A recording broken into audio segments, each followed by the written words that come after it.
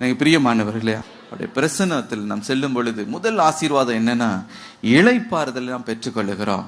இரண்டாவதாக அவருடைய பிரசன்னத்துல என்ன ஆசீர்வாதத்தை பெற்றுக்கொள்ளுகிறோம்? மகிழ்ச்சியை நாம் பெற்றுக்கொள்ளுகிறோம். மற்றவங்க எவ்வளவு உங்களை அவமானப்படுத்தினாலும், எவ்வளவு உங்களை கொட்டினாலும், எவ்வளவு உங்களை கேவலமா பேசி குத்தி உங்களை எவ்வளவுலாம் சிறுமப்படுத்த முடியுமோ சிறுமப்படுத்திட்டு போறாங்க. இன்றைக்கு உங்களை பார்த்து சொல்லுகிறார், அவங்க சிறுமப்படுத்திட்டோம், நீ வடிக்கிற கண்ணீர் எனக்கு தெரியும், எனக்கு முன்பதாக விடுகிற பெருமூச்சு எனக்கு தெரியும். எனக்கு பிரியமானவர்களே, ஆகவே அவர் என்ன செய்கிறார்? உங்களுடைய கண்ணீருக்கு பதிலாக அவர் ஆனந்த களிப்பை அவர் கட்டளிடுவதற்கு அவர் ஆயத்தமாயிருக்கிறார். ஹல்லேலூயா. எனக்கு பிரியமானவர்களே, துயரத்தை எல்லாவற்றையும் என் பாதத்திற்கு கொண்டு வந்து என்னுடைய பிரச்சனத்தை தன்னை தாழ்த்தி என தேடினபடினால மகிமையையும் கனத்தையும் கொடுத்து நான் உயர்த்தட்டும் என்று அவர் நம்மை உயர்த்த அவர் ஆயத்தமுள்ளவராயிருக்கிறார். ஹல்லேலூயா.